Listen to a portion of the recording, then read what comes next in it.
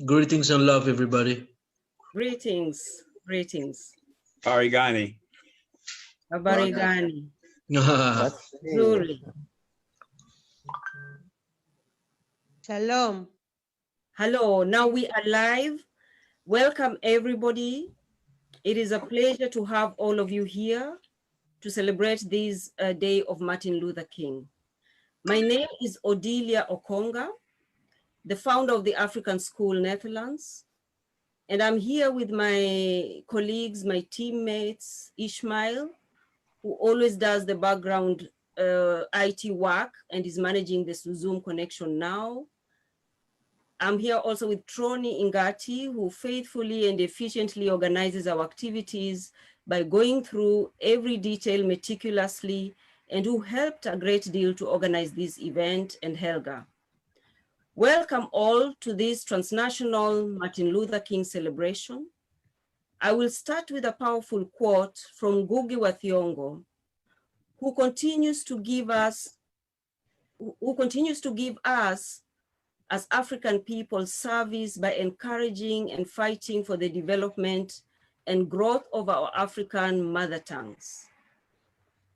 And he says, "Our lives are a battlefield on which is fought a continuous war between the forces that are pledged to confirm our humanity and those determined to dismantle it. Those who strive to build a protective wall around it, and those who wish to pull it down, those who seek to mold it, and those committed to breaking it up, those who aim to open our eyes to make us see the light and look to tomorrow, and those who wish to lull us into closing our eyes." That is Ngugi wa Thiong'o. So for those of you who don't know, Martin Luther King is a special day dedicated for service unto others. And this is the service Ngugi wa Thiong'o is giving us in Africa, fighting for our languages, to develop our languages, our mother tongue, and let it grow. There is also this African proverb that goes like this: "Lack of knowledge is darker than the night." African School has chosen to serve by opening our community's eyes and making them see the light, look to tomorrow. We serve our community by offering knowledge through education that continues to remain elusive, hence pushing them into the darkest night. This knowledge includes African history, African languages like Swahili, and workshops aimed at restoration of our African identity and dignity in the diaspora. We also are busy developing Swahili books, African storybooks, and creating an e-learning platform to make this special education easily accessible to our community, not only here in Europe, but also across the Atlantic to our brothers and sisters. We are also launching a magazine to be able to speak in our own voices, tell our stories, and connect with other people of African descent across the globe. That is our responsibility. It is our hope that this flicker of light will bring a new dawn to those living in a space darker than the night. We are pleased to have all of you here, and we hope that by the time you leave this gathering, you will take with you the real meaning of service and make a personal decision to pass on the flame in whichever way you can, however small. Little by little, grow the bananas. That is another African proverb. So you don't need to do much. You just need to serve your fellow human being. I welcome you to this program. And Lisbeth is going to perform for us all the way from Suriname. Lisbeth, we appreciate you. Lisbeth is a musician. She's a music artist and producer and is very active in art and culture, all the way from Suriname. Lisbeth, welcome.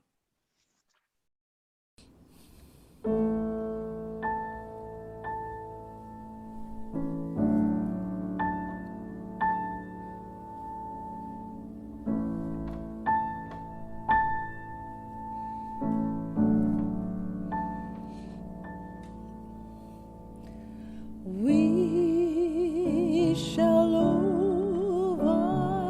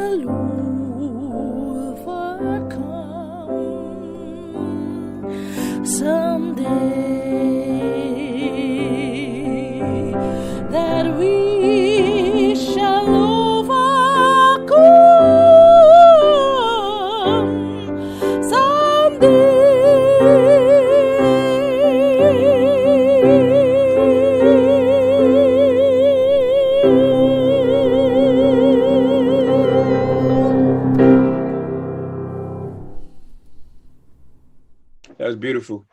That's beautiful. Very nice.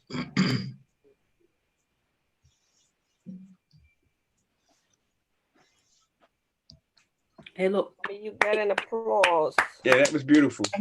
Yes, clap it up. Clap it up. Okay. Is she done? She's done, Adelia? Yeah, she's done. Okay, beautiful, beautiful. All right, so thank you all for joining in for this lovely presentation where we honor Dr. Martin Luther King. My name is Haki Ami, the Success Scholar.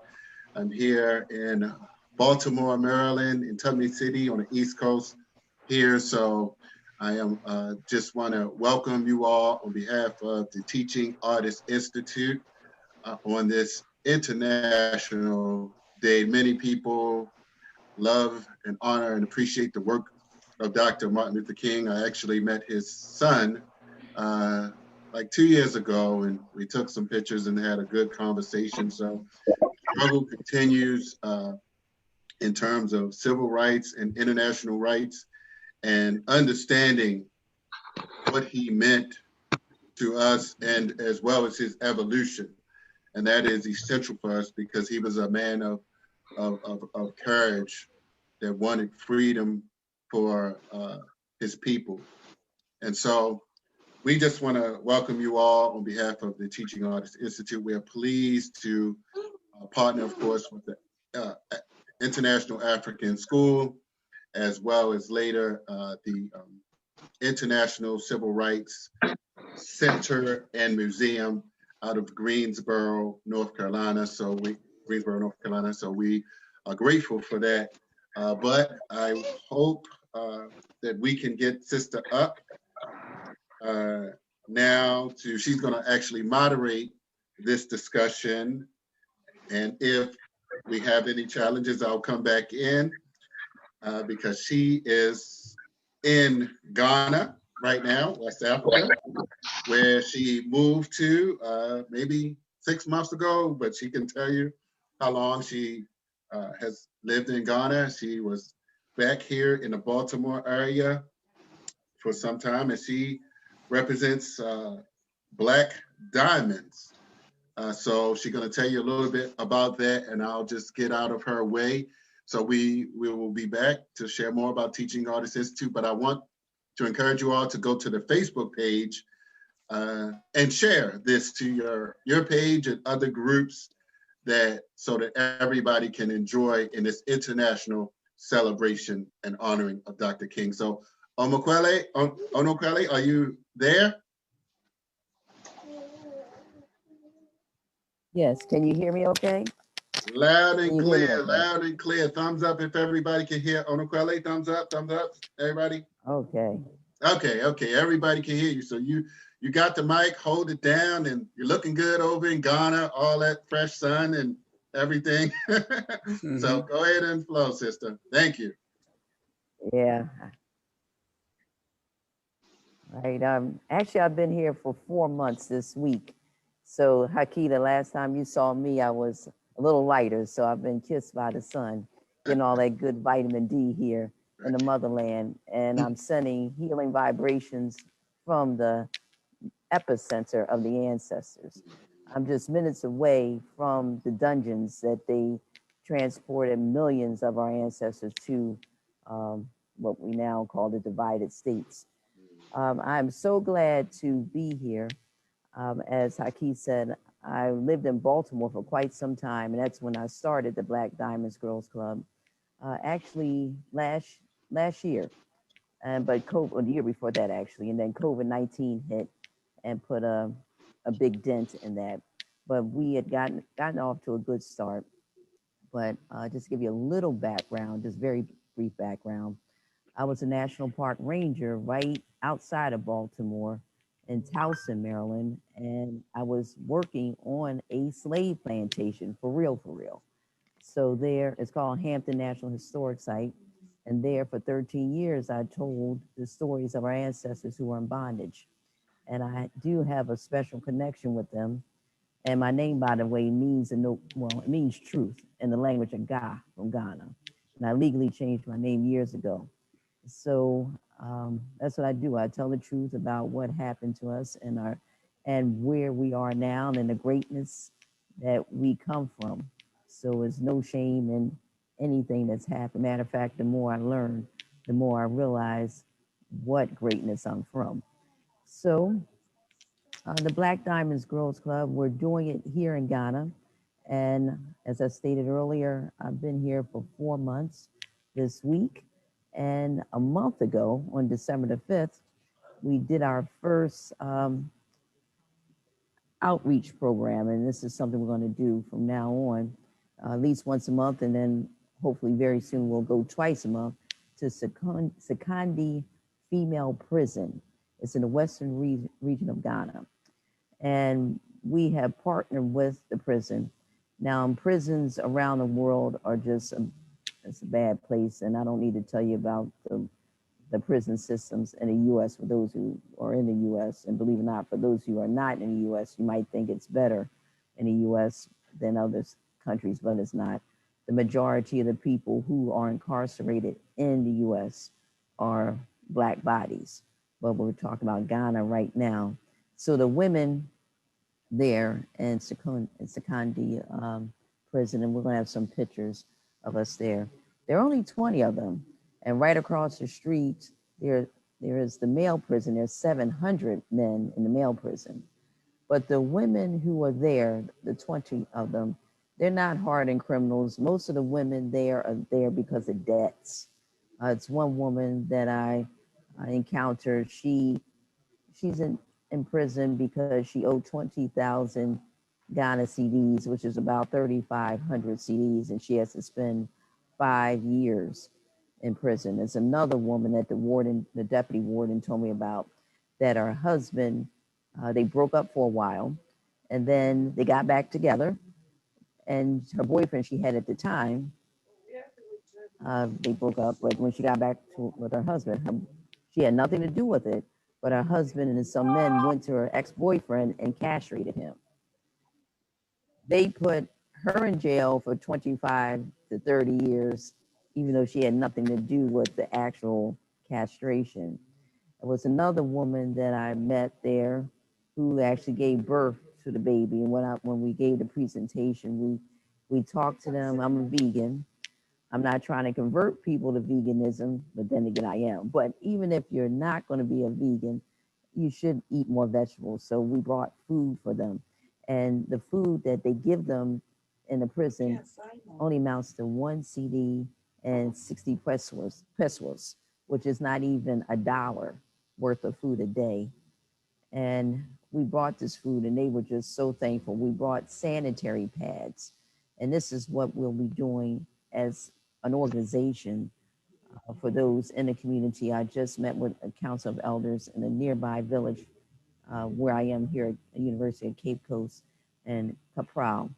And we will set up a clubhouse there. We will make reusable sanitary pads. Ghana is ridden with trash. So we don't want to add any more trash to that with disposable sanitary pads.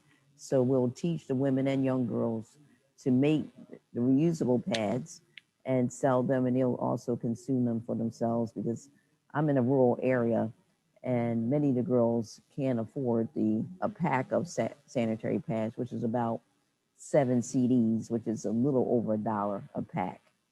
So we'll train them, and so they'll learn that skill. We're also going to teach them academics, teach them about their history. Even though I told you we're so close to the dungeons, the average Cape Coast person, Elmina person, they don't even know what happened in those dungeons. All they know is someplace where they see Americans in particular, but people from the diaspora, could be in the Caribbean as well, or UK.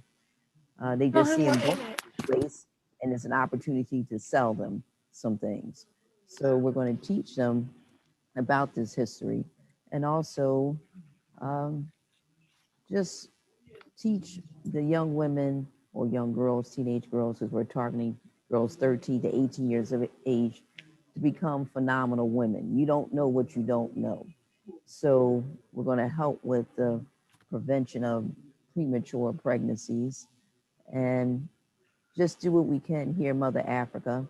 I'm still working with my board in Baltimore. So we're going to have a sister organization. So we'll bridge that gap. So the young women will go to the US, providing this COVID-19 fizzles out. And I'm telling you right now, I'm not taking a vaccine, but, and they can come, people, the sisters from the US, Baltimore, can come here to Ghana.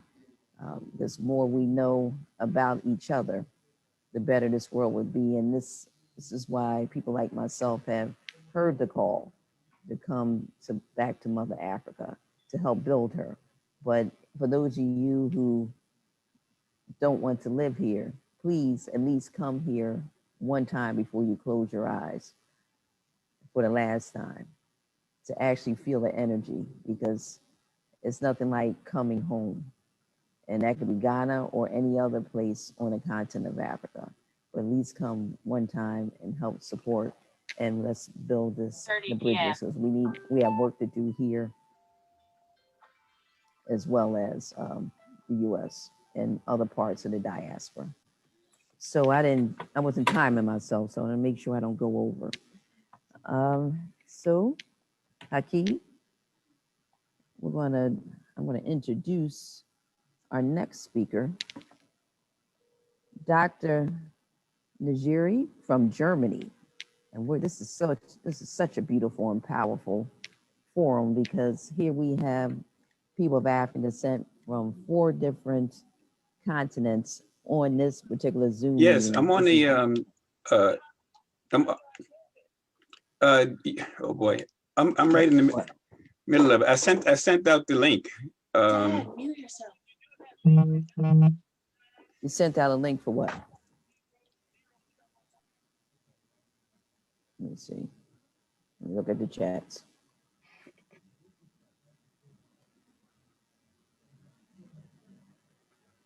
Okay. See the speaker on the Quelly? Are we ready for Dr. Rahab Najiri? Are you ready? From Yes. Germany? Okay, I'm going to introduce you. Thank you. She is a historian and passionate about African culture. She is a lecturer at University of Cologne and a board member of board member of the community activist group Cologne for Frundi, which successfully voted the first Black man just last September 2020 to the city of Cologne as the first Black city council member. So she was a part of that. And what she's going to talk about today is the role of women in Maumau resistance. So Dr. Najiri, please, welcome. Thank you very much. Thank you for that kind introduction. I welcome everybody in my home in Cologne. So today I decided to talk about the Maumau women because I just think they are an important part of public service and what the Martin Luther King Day stands for. So once again, thank you very much. I would like to acknowledge that I'm not here alone, but I'm with those who have come before me. And through their courage, fearlessness, love, power, I am because they are. With those whose names we know and those that we don't, we still acknowledge them and remember them. On this day, I want to honor and acknowledge the great women of the civil rights movement and the Black Power movement, women such as Coretta Scott King, Betty Shabazz, who are committed to serving their communities hand in hand with these great men. I also acknowledge Winnie Mandela and Wangari Maathai for their service to the whole continent. And I do also acknowledge my own mother for her service and struggles to our own family. So Dr. King recognized the power of service, and he once said that everybody can be great because anybody can serve. You don't have to have a college degree to serve. You don't have to make your subject and verb agree to serve. You only need a heart full of grace, a soul generated by love. And this words really made me think about the Maumau women. So although it may seem as if there's no connection between what I would like to talk about today But for me, these women were part of the service to my country, Kenya, and also to my community. And so I do want to celebrate these women, the women of Maumau, whom history has forgotten, and their history or their struggle is always written out in the anti-colonial war or rebellion of the Maumau. These women provided a blueprint for African women, not only in Kenya, but across the continent. And today, from a global perspective, we place them on this global celebration. I understand, I just put the short word, so LMD, as I did for us as children of Mother Africa to work together and to never forget the service that our people, especially Black women, did and continue to do up to this day. When we include Black women, like the Maumau women on this day, then the MLK Day or the Martin Luther King Day, we empower ourselves, strengthen our communities, bridge barriers, create solutions to social problems, and together we come closer to Dr. King's vision of a beloved community, which then translates to the fact that the women of Maumau and their struggle and for our liberation was for our beloved country and for our communities. As a historian, I find that there are parallel histories that are taking place both in Kenya and Black America. Dr. King played a role in the American civil rights and sought equality and human rights for African Americans, the economically disadvantaged, and all victims of injustice through peaceful protest. At the same time, or at the same historical time, but on a different space, in Kenya, the Maumau rebellion was rebelling against the British colonists who sought for liberation for our motherland and our human rights. The case of Maumau anti-colonial struggles illustrates the mutuality between colonial hegemony and subaltern counter-hegemony in which women were at the center of it. As we all know, or some might not know, the Maumau War was between 1952 to 1960, and it played a major role as a Pan-Africanist liberation movement, which highly motivated, for instance, South African freedom icon Nelson Mandela, who highlighted its Pan-African role upon his release in 1990. And so in July 1990, Mandela visited Kenya and openly recognized the role of Maumau women in his own inspiration as a freedom fighter. Accompanied by Winnie Mandela, he spoke about the women. Women played a critical role in this revolution because its ultimate triumph depended upon the success or successful appeals to women and families to supply resources to nourish it. The Maumau women were full of grace, as the quote I read before, were full of grace and souls generated by love for their people and country through their involvement in the liberation struggles of independence in Kenya. A scholar, Tabitha Kononga, and whom I would like to acknowledge, one of the participants who is here, Ms. Njeri Kamau, who introduced me to the author. She argues that the women of the Maumau were often strongholds in families. Initially, as men fled to the forest, but women were not allowed. But in time, more and more women realized or became rebels and become invaluable allies to the men.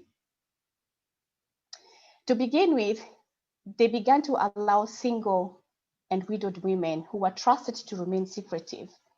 In her analysis, some became forest fighters, and some were even introduced into the inner secret council, which was formerly only for men. Kanango has cited one woman, and I will just mention a few of them. She has cited one woman called Wanjiro Nyamatura, who was known as a hardcore rebel.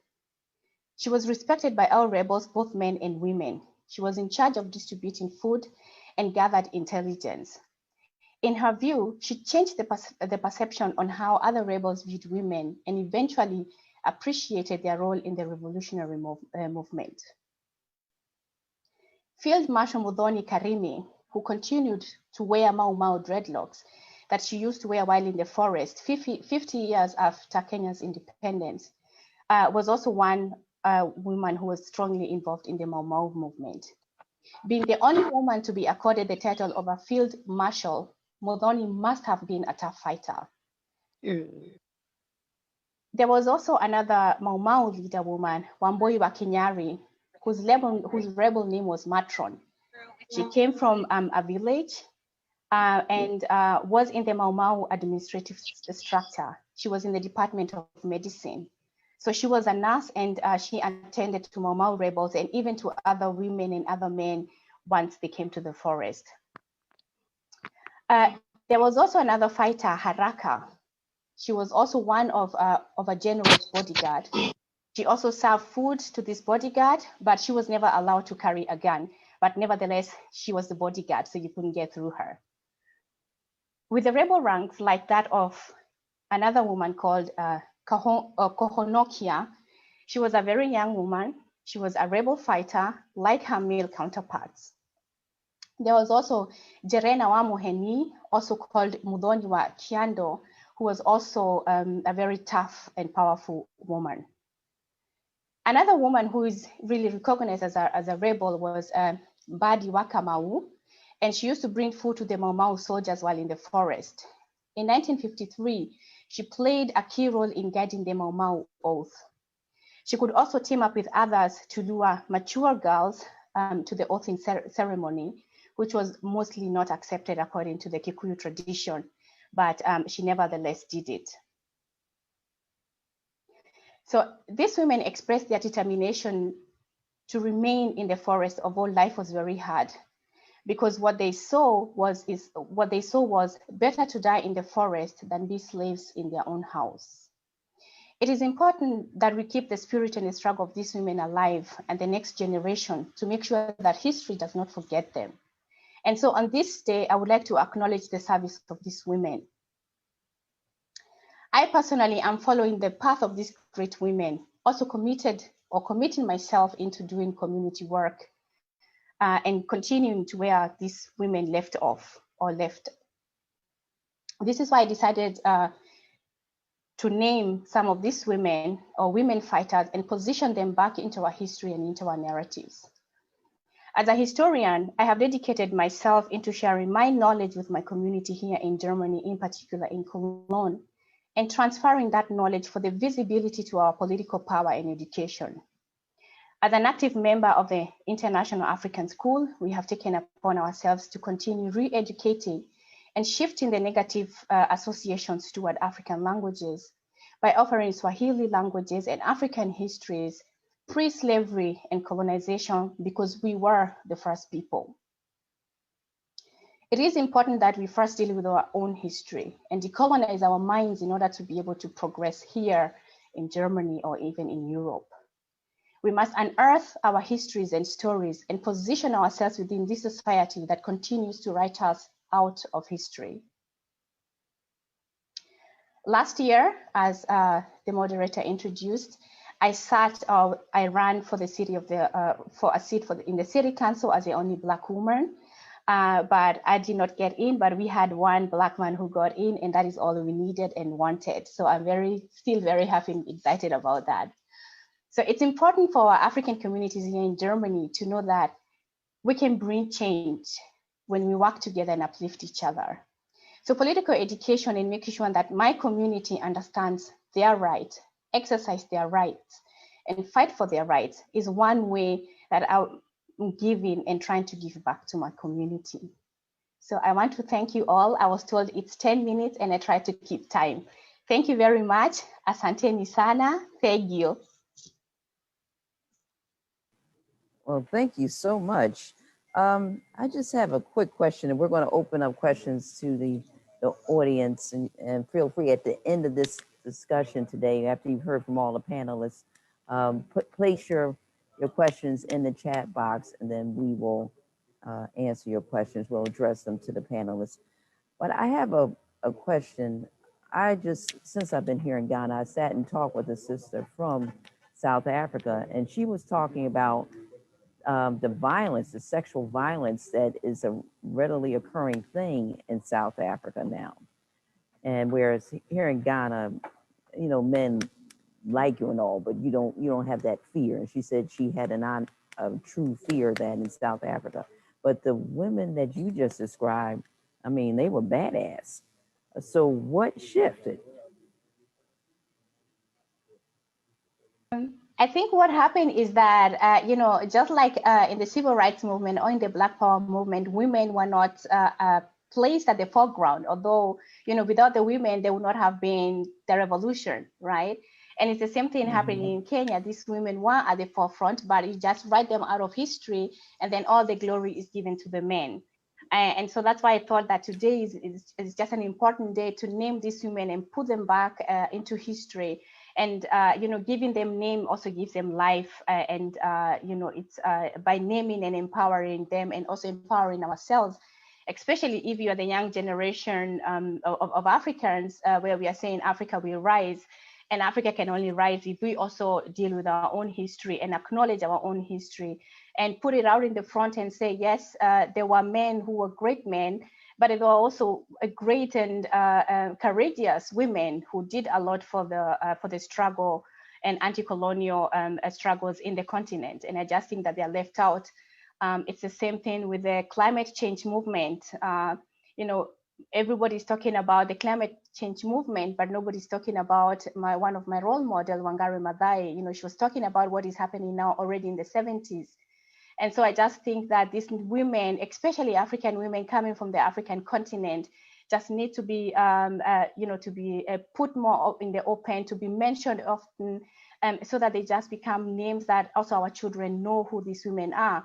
And for me, learning about the Maumau women was just empowering because, and I can see her, Ms. Njeri Kamau, you know, I'm just trying to learn the Kikuyu language, and you know, she encouraged me by showing me some of the videos that I could actually listen to and learn my own history, and you know, and talk about this history that most of us, even who come from Kenya, haven't really dealt with it. And so, as a historian, I just think it's my responsibility to dig deeper and do research into that topic, and you know, put it out in the open so that you know we can learn and educate each other, and as Ngugi wa Thiong'o would say, decolonize our mind and our souls by learning our own history.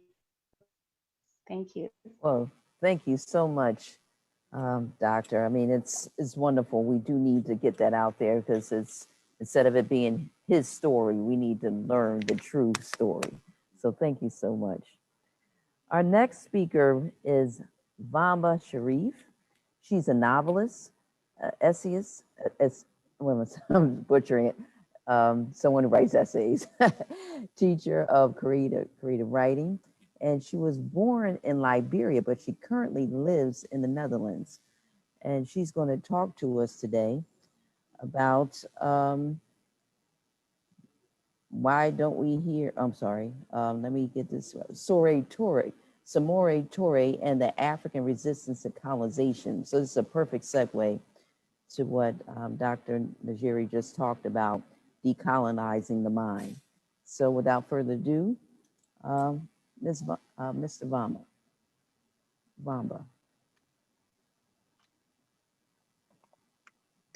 Good afternoon, everyone. Mr. I'm sorry, I said she. Can you hear me? Yes. Thank you so much for the introduction, Anukwale, and thank you so much, Dr. Njeri, for your celebration of the power of women in Africa and the African diaspora. Some years ago, I traveled through West Africa to research a novel about one of the greatest figures of African history, a man who fought for 20 years, fought the French, and for so many years also the English, to try to free, to decolonize his empire. During my research, I traveled through 6-7 West African countries. Those countries included Liberia, where I was born, Sierra Leone, Guinea, Mali, Ivory Coast, Burkina Faso, Senegal, Benin. I traveled through all these countries because the man I'm going to talk about, I'm going to share his story with you. His life touched all the people in all these countries in present-day Africa. During my research in Senegal, I stumbled upon a fact, and that was that there was someone else. There was a writer and this African icon who was already trying to chronicle the life of this great African warrior and fighter. And the man who was in this Senegal was Sembène Ousmane. Most of you know that the father of the African cinema was and is Sembène Ousmane. But what most people don't know was that for 40 years, Sembène Ousmane had been trying to make a film about this African resistance fighter and freedom fighter, Samori Touré. 40 years. Sembène Ousmane, born in Senegal, very rebellious. There is a story about him fighting his French teacher, slapping his French teacher, because the French teacher had denigrated his grandmother. And so he got angry and slapped his teacher, and he was expelled from school. So this Sembène Ousmane grew up with this sense of Africanness, pride of being an African. So he wanted to make this ultimate film about this ultimate African hero, Samori Touré. And for 40 years, he tried to make this film, and he did not succeed. And why he did not succeed, it was because he did not have the finance. He needed millions. He needed at least $50 million to make this epic film about Samori Touré. It did not work. So when I stumbled upon this fact that there was someone who was trying to do the same thing I've been trying to do, to write a novel, to make a film about this great hero, I decided this was an extra incentive for me to continue to write a novel that I could share with the world and with the African brothers and sisters all over the world. So I'm talking about 2003 when I made this journey through West Africa.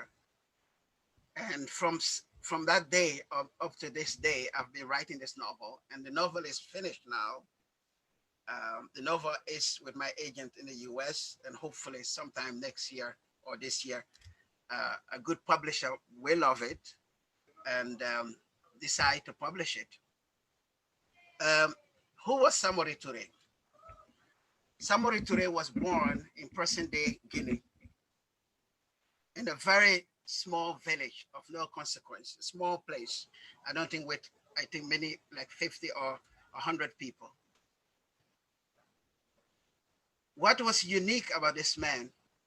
He was born into a family of weavers, which was very, in the Mande culture, the Mandingo culture, weavers were not that important. It was a caste culture. It's like in India, which I don't condone, but that's my heritage. So you had this caste system in the Mande culture, and somebody belonged to a family or clan of weavers. But he took up trade. So he was trading with Liberia, with the Liberians, because Liberia had been founded by African Americans who had returned back to Africa after centuries of bondage. And so somebody was trading with Liberians on the coast and with the English in Freetown. So one day, in his absence, his mother was captured by a ruler and enslaved. So Samori returned from the journey, and he was told that his mother had been captured. So Samori decided to go and confront this king. So when he came to the king, he told the king, I'm the son of this mother, of this woman, Masarona, and I came to buy her freedom. So the king asked him, by what means do you want to do that? So somebody said, I want to be your slave in her stead so that she can gain her freedom. And the king agreed.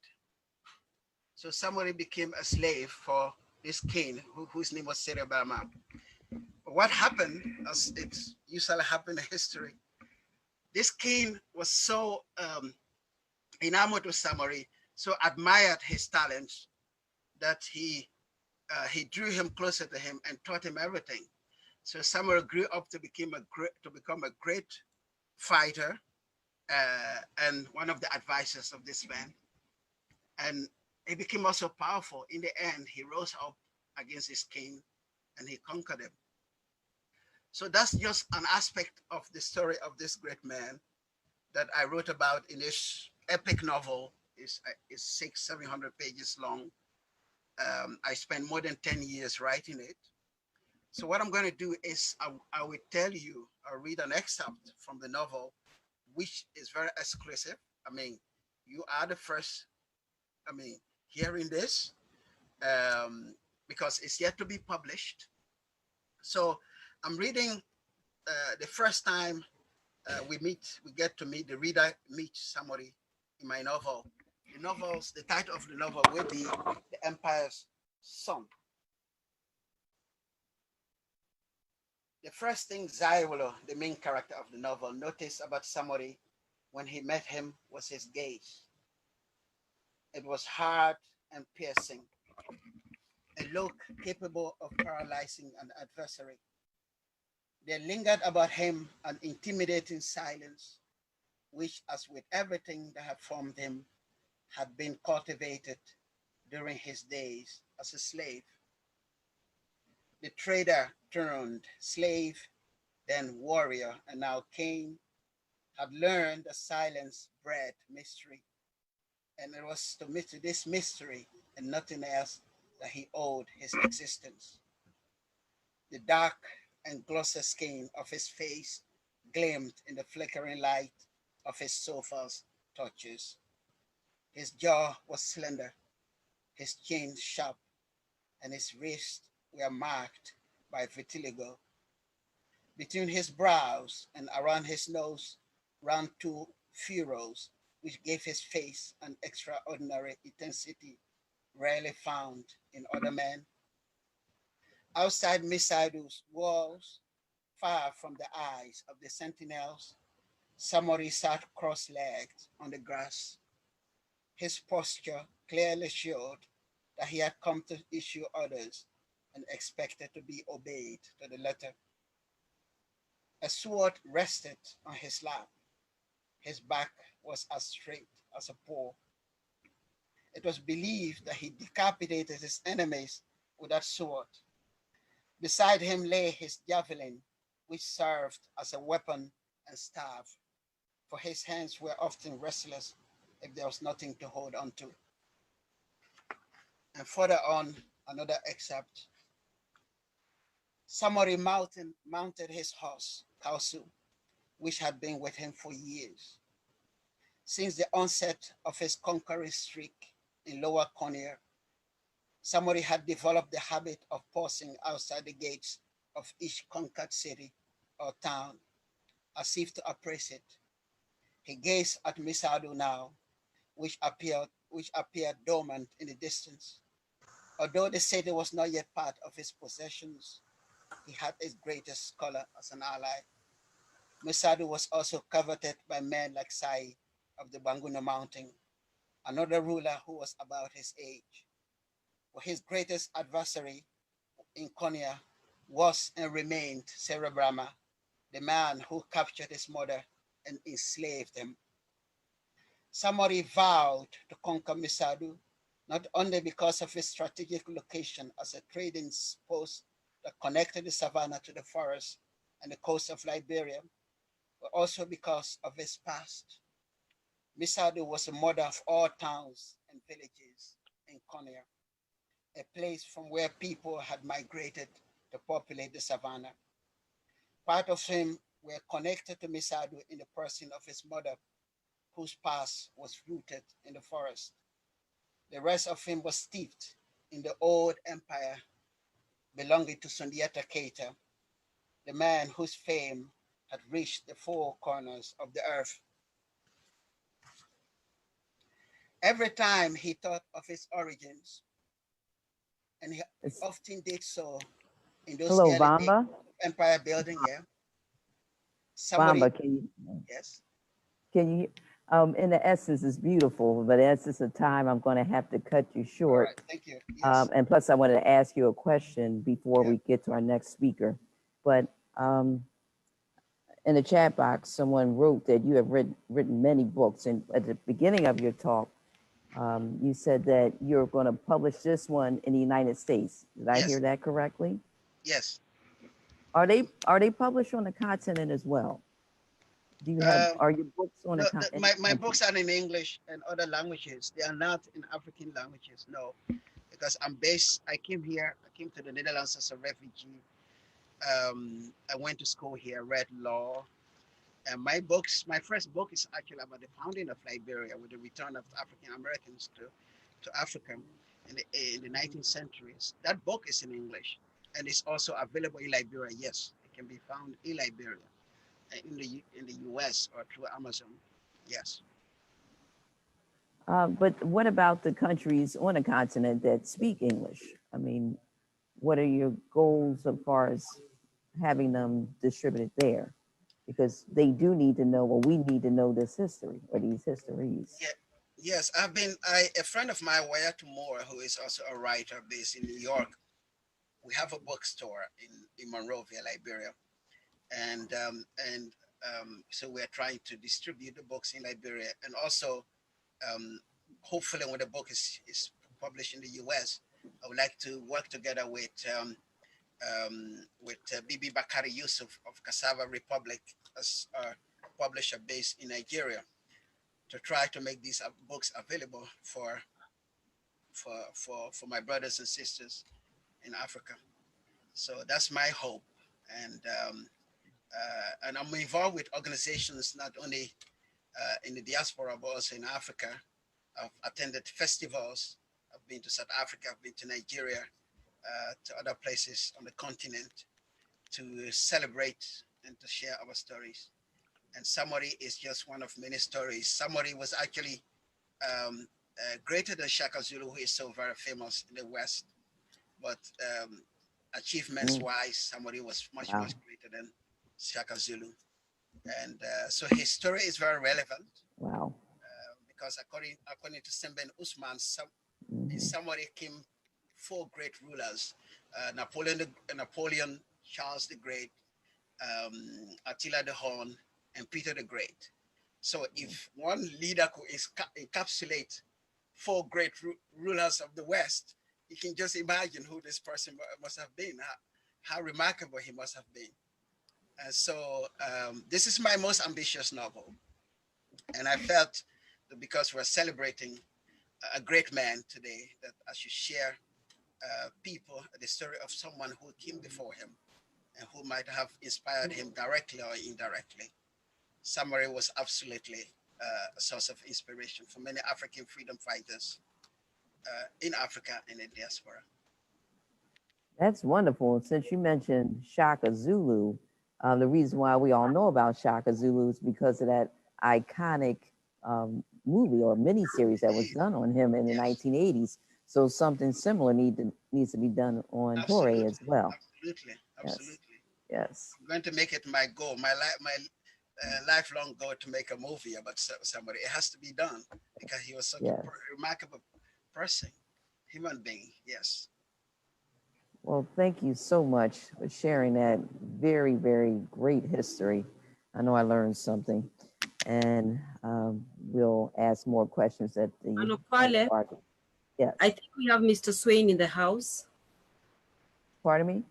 We have Mr. Swain in the house. Yes, so I'm getting ready to introduce them. So, Mr. John Swain of the Civil Rights Center, we ask for you to speak now and share with us what you're doing. Thank you so much. Good evening, everyone. Can you hear me okay? Okay. Good evening, everyone. Thank you for this wonderful opportunity to join you all and talk about the legacy of Dr. Martin Luther King. Here at the International Civil Rights Center and Museum, we focus on nonviolence as well. As you all may be fully aware, the International Civil Rights Center and Museum came into being on February 1 of 2010 when we opened our doors to the public and launched this powerful educational attraction. And so many people who think of in terms of the civil rights struggle think of the violent pieces of it.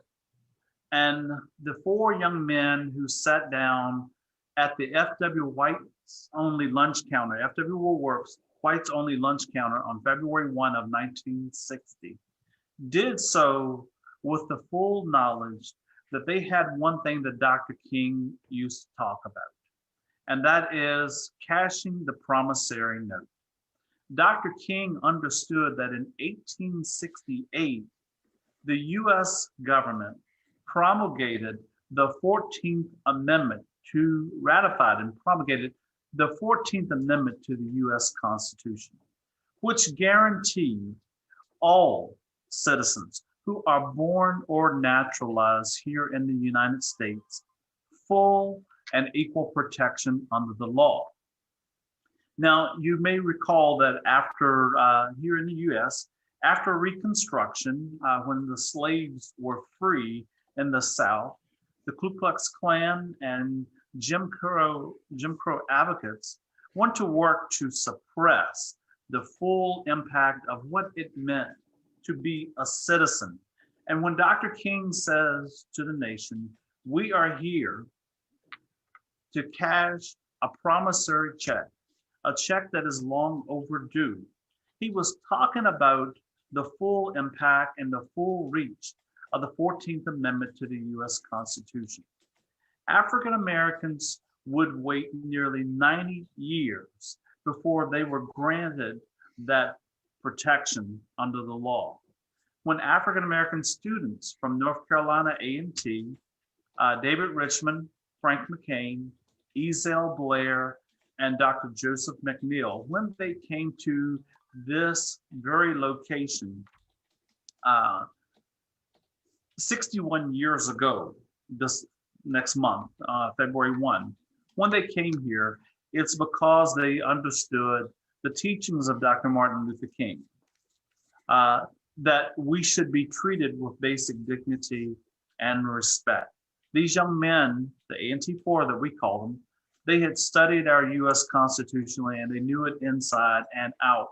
And they knew that if they came to the FW Woolworths here in Greensboro, North Carolina, they sat down like respectful citizens in society and order a simple cup of coffee. They should have been served at the Whites Only lunch counter. They were denied that service for the full day. And as Dr. King preached, nonviolent. This was something that he had also learned from Gandhi, nonviolent disobedience.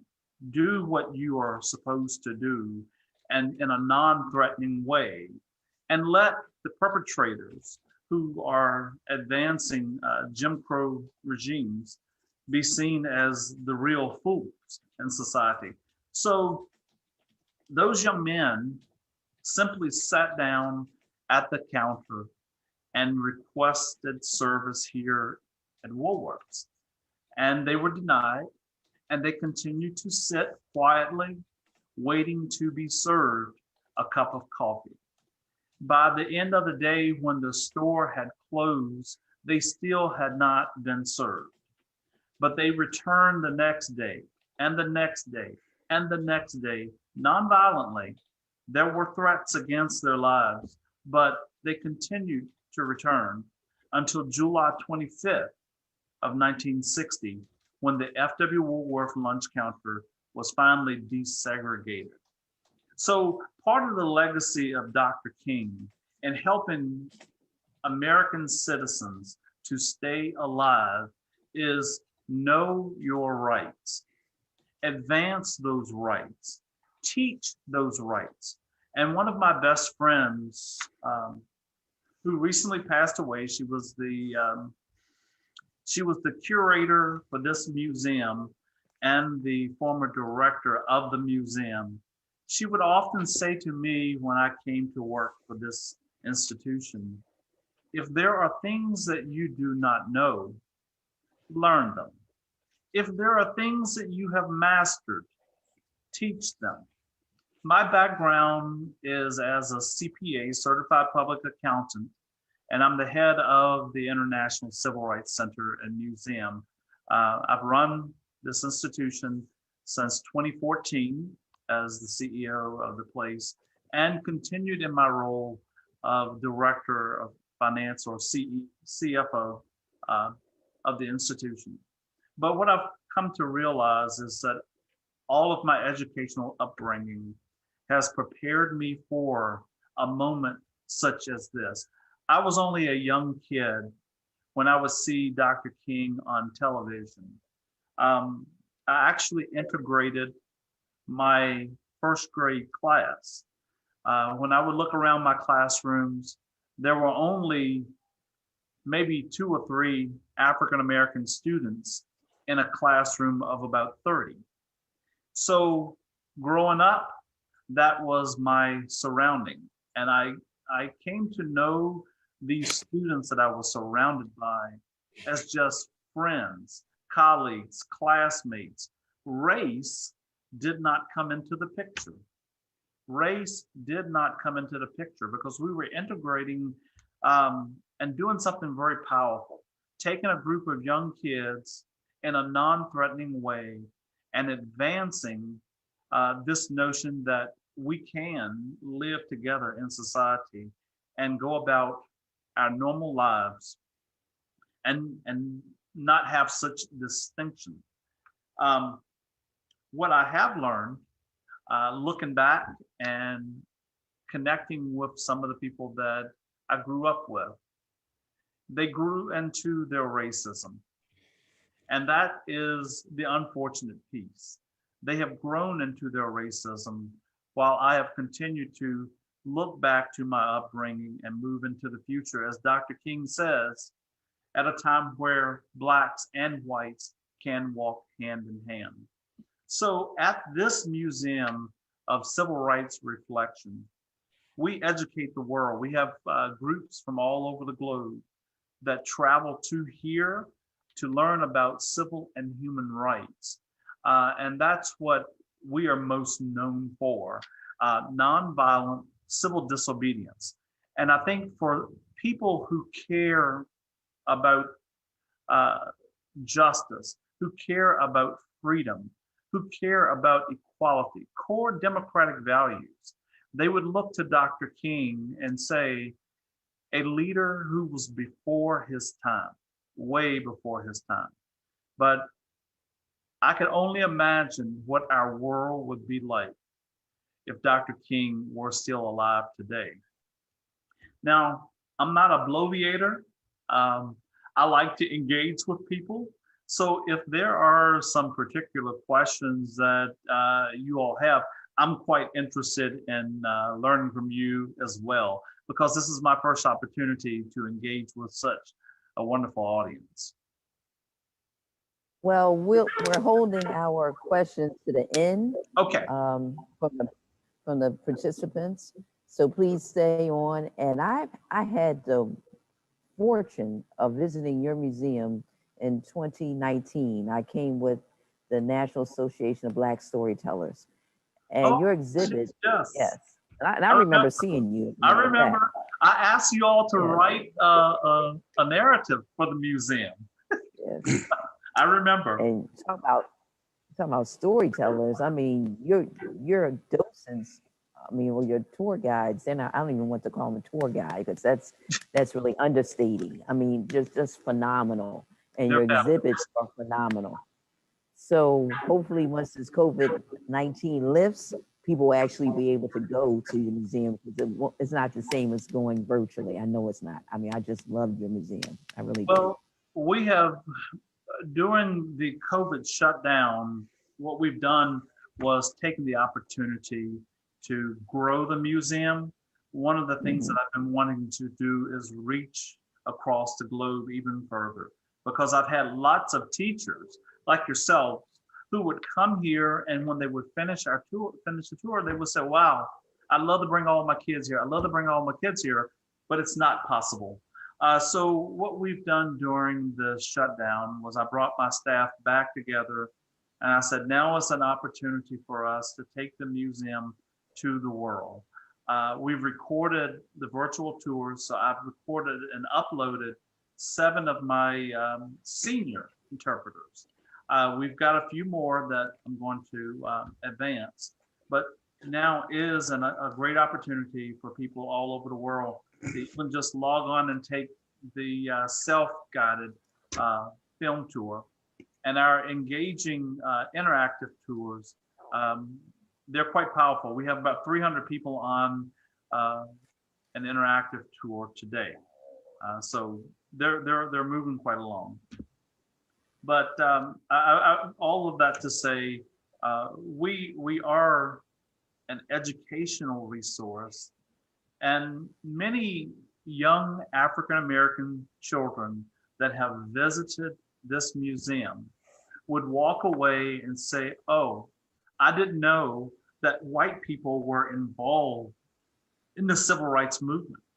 And one was quoted in a magazine as saying, I'm gonna have to go back to school and rethink what I think about white people. I didn't know this. So this is a powerful institution that teaches these lessons, no matter how you slice it and dice it. There are great lessons to be learned. Dr. King's influence in the church, we all know that at the end of his life, most of the church was pulling away from him. They had seen folks being lynched and their homes burn out, all of that. But Dr. King continued to say, let's stay the course.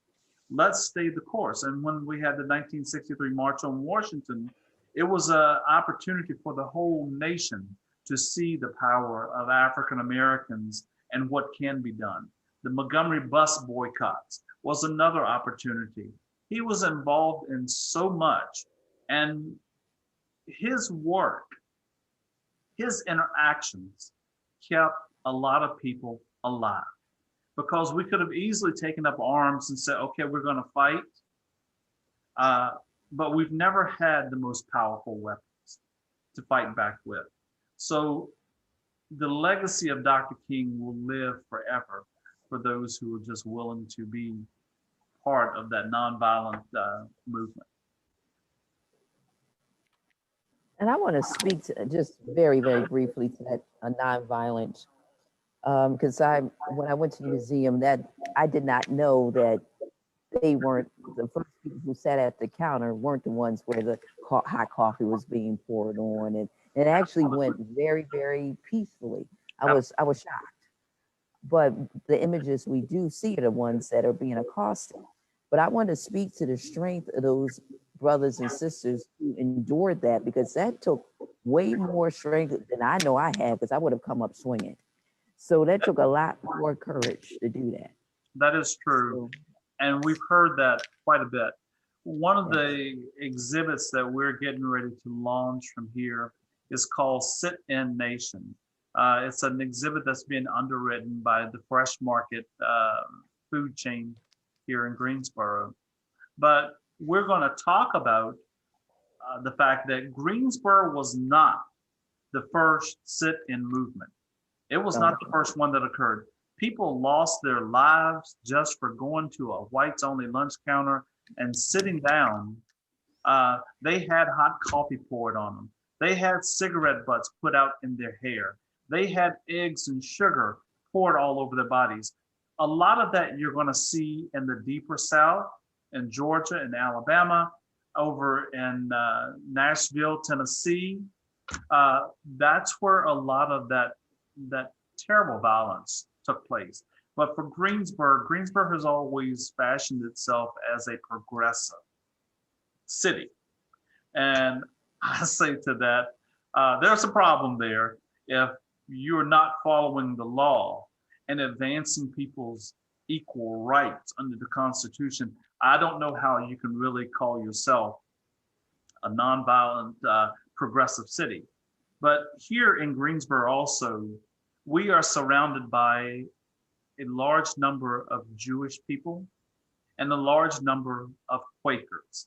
And if you know anything about the Quaker faith and religion, they are by nature a nonviolent people. Now, they will fight for your rights to be free, but that's not necessarily to say that they want you in the church with them. They want you sitting at their table, but they believe in freedom. Now, we're going to continue this conversation when we open it up, but we thank you so much for being with us. And we're going to move on to our next speaker in the interest of time, but we're going to change the format just a little bit. So, Sister Kim, can you hear me? Would you like to introduce Wali Mo?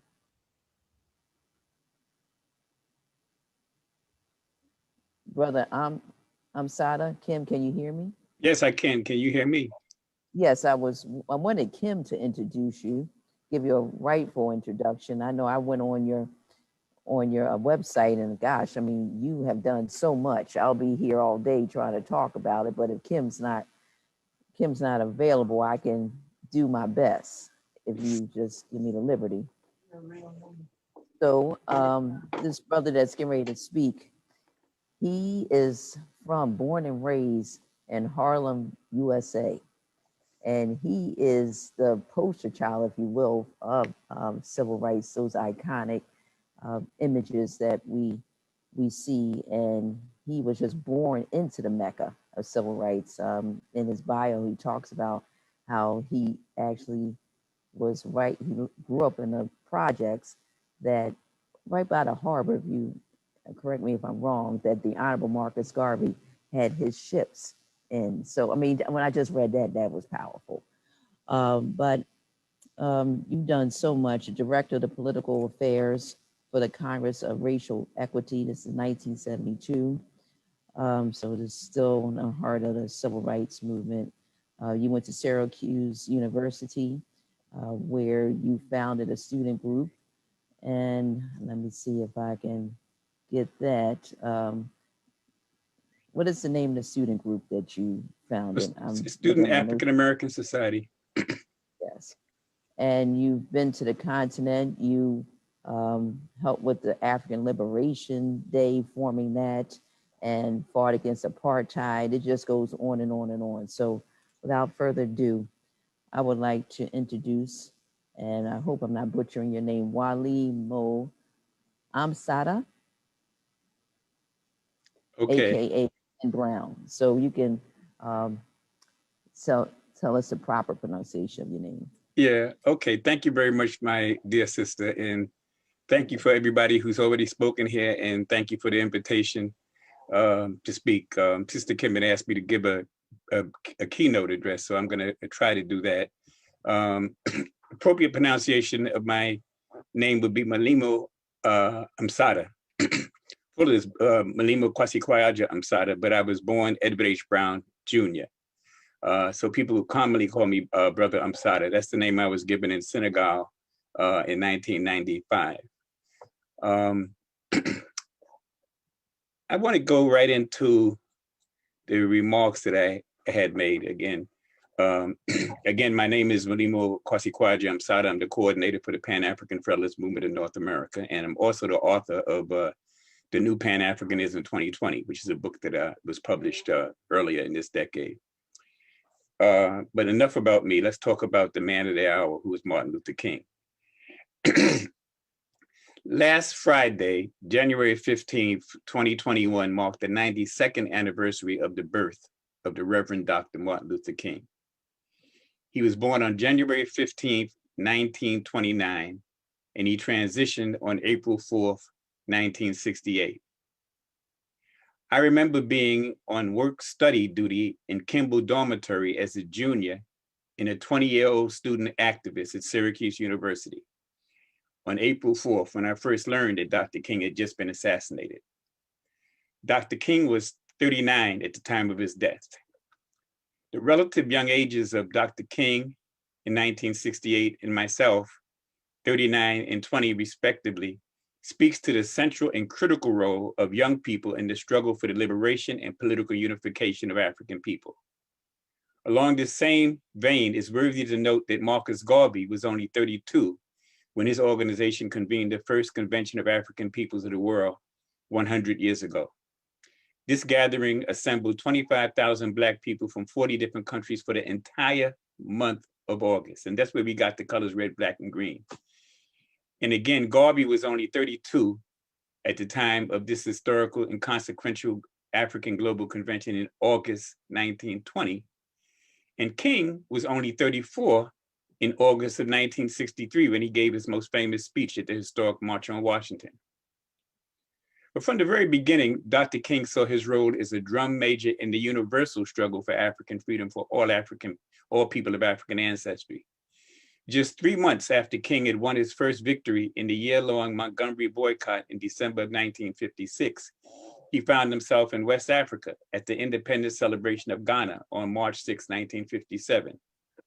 And while there, he met Dr. Kwame Nkrumah, who became Ghana's first prime minister in 1957, his first president in 1960, and the most consequential Pan-African in the second half of the 20th century. And as Dr. King observed the old Union Jack flag of England coming down and the beautiful multicolored flag of Ghana going up, he turned to Congressman Adam Clayton Powell from Harlem on his right and Dr. Ralph Bunche, the first Black Nobel Peace Prizer, on his left. And he said, that old flag coming down represents an old order passing away. And that new flag represents a new order coming in. Dr. King was very moved by his experience in Ghana and spoke of it often, most notably at his own Abyssinia Baptist Church, immediately upon his return in a sermon entitled Birth of a Nation. And later in a wider speech to a wider audience, remaining awake through a great revolution. Dr. King always put Ghana's independence in Africa in the context of the freedom struggle of Black people in America. He saw a strong connectivity between the Black freedom struggles of African people on both sides of the Atlantic. In the essay entitled The Time for Freedom Has Come, which was written in the New York Times Magazine on September 29, 1961, Dr. King noted, and I quote, many students, when pressed to express their inner feelings, identify themselves with the students of Africa.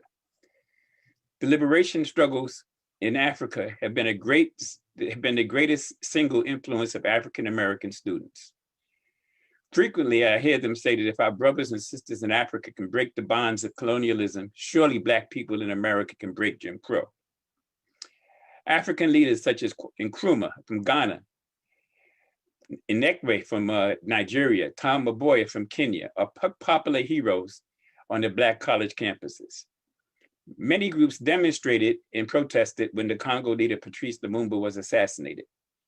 Part of the impatience of Black youth stems from their observations that change is taking place rapidly in Africa and other parts of the world, but comparatively slow in the South. That's the end of the quote.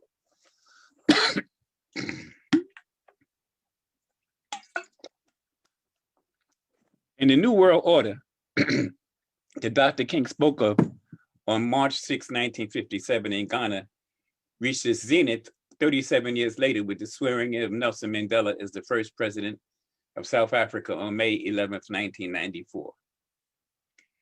Dr. King paid his respects to another Pan-African freedom fighter, the aforementioned Marcus Garvey, on a trip to Jamaica with his wife on June 20th, 1965.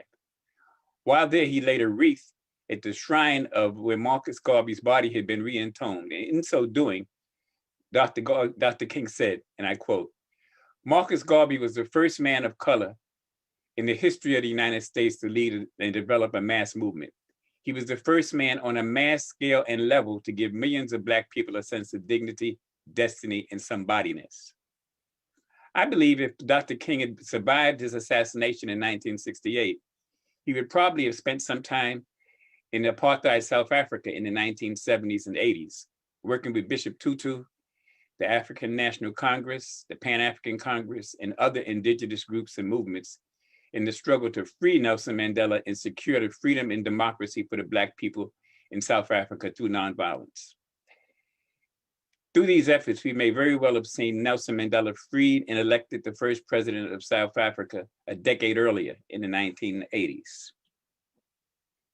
It's ironic that in the first year that the third Monday in January was designated as an annual federal holiday in King's honor, January 20th, 1986, was the same year that a mass movement of Black people in the streets of America led to the United States Senate overriding President Reagan's veto of sanctions against South Africa on October 2nd, 1986. This was done by a vote of 78 to 21, which was 11 votes more than the 2/3 required to override a presidential veto. But that's how we roll. Contrast our effective and dignified exercise of what Dr. King would say is the right to protest for right with the unruly, unpatriotic, and insurrectionist actions of the white supremacists in Washington, D.C. 2 weeks ago. But let's not get distracted. On that historical day in Washington, D.C., August 28, 1963, when Martin Luther King ended his visionary speech by saying that will be the day when we will be able to say, in the words of the old Negro spiritual, free at last, great God Almighty, we are free at last. Perhaps Dr. King was looking forward to the historical day exactly 45 years in the future on August 28, 2008 in Denver, Colorado, when a Black man fist bumped his wife, who was direct descendants of enslaved Africans, and then went before a record-breaking crowd of 84,000 people to become the first person of African ancestry to accept the nomination of his party for president of the United States.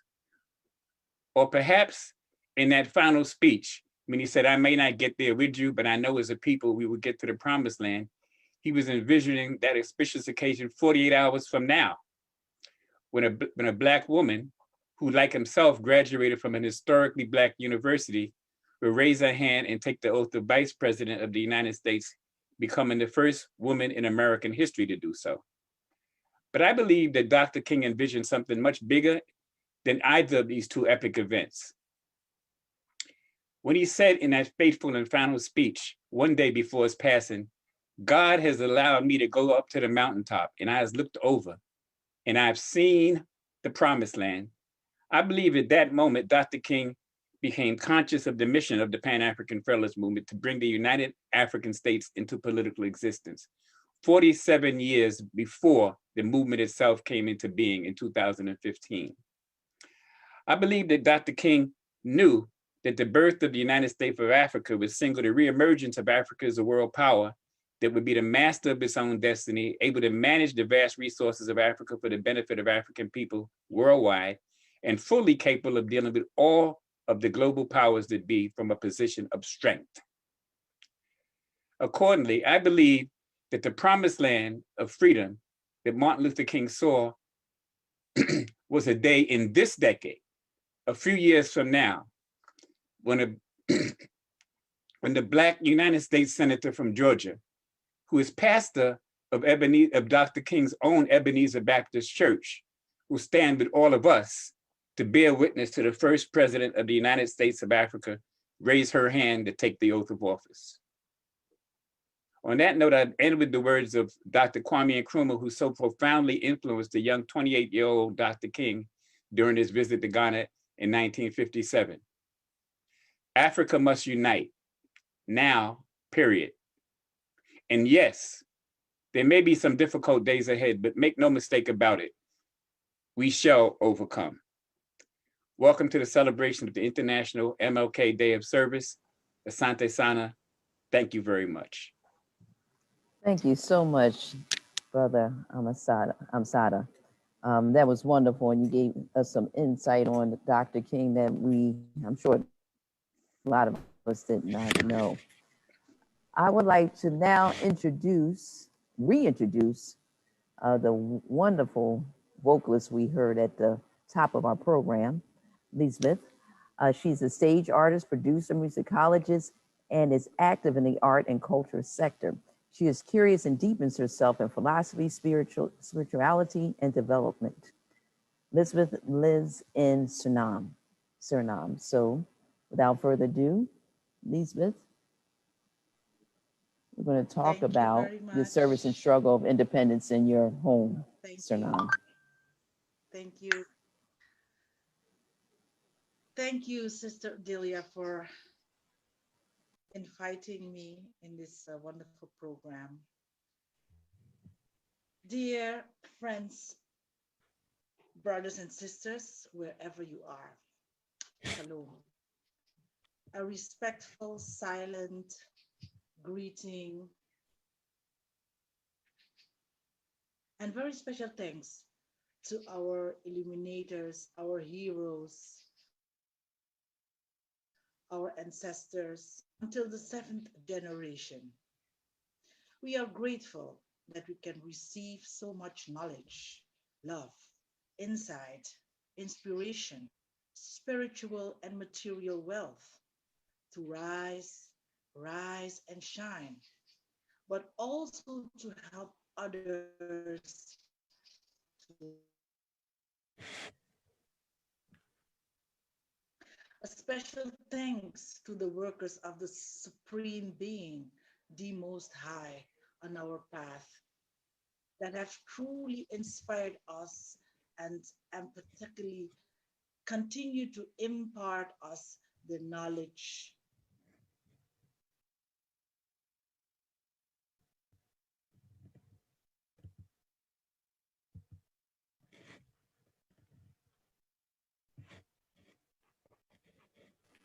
Do we have some technical difficulties? For the protection and the strength. Yes, it was sounding shaky. Thank you, the Most High. Can you hear us? Are you still with us, I am Elizabeth? for who I am.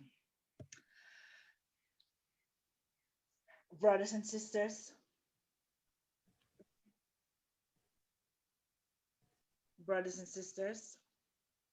the goodwill factor.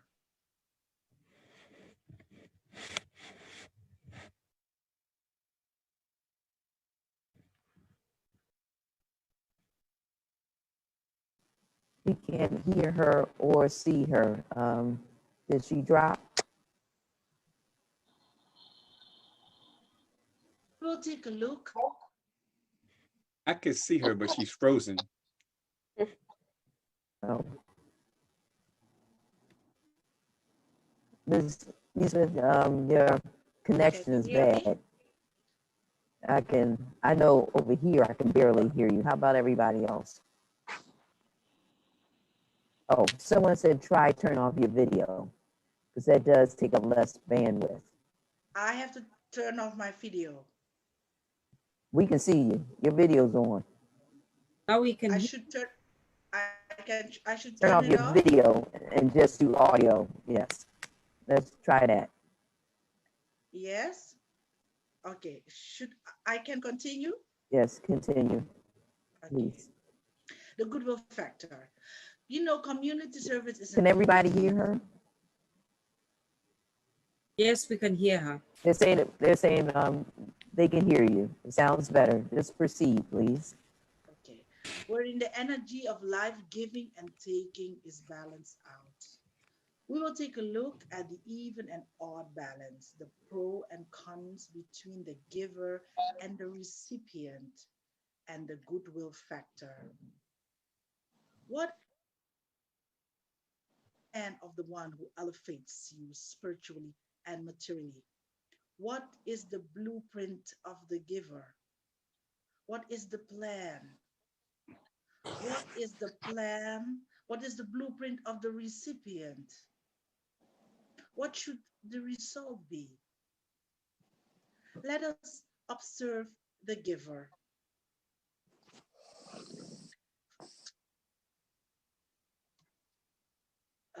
Excuse me. Let's observe the giver.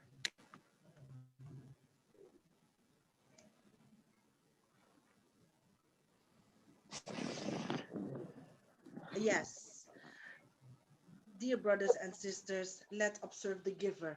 In the first place, nature, the wind, the sun, the moon, the water, the trees, and animals. The second place, the human being, the elderly, men and women, the young, children.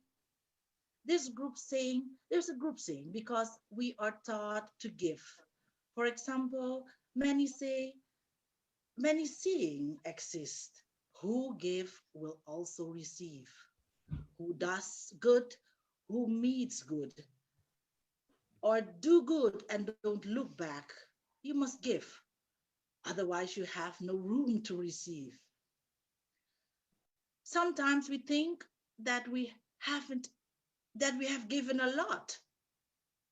But what is the meaning of giving? What is our fundamental thought of giving? What is the energy we vibrate?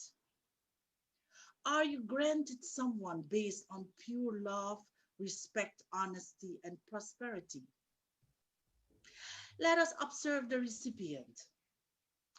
Sometimes, solicited or unsolicited, something is given to you, a gift, a box with secondhand articles, a container with discarded items, but also a scholarship, an education, knowledge, money, a meal, a book, a compliment, but also a form of belief. Sometimes you receive so much, but at the same time, structurally, a lot is taken from you. What is the purpose? What is the energy? What is the vibration? What is the fundamental thought of the recipient? Who makes a sacrifice? Who feels the sacrifice? Who is the victim? Some people must learn to give.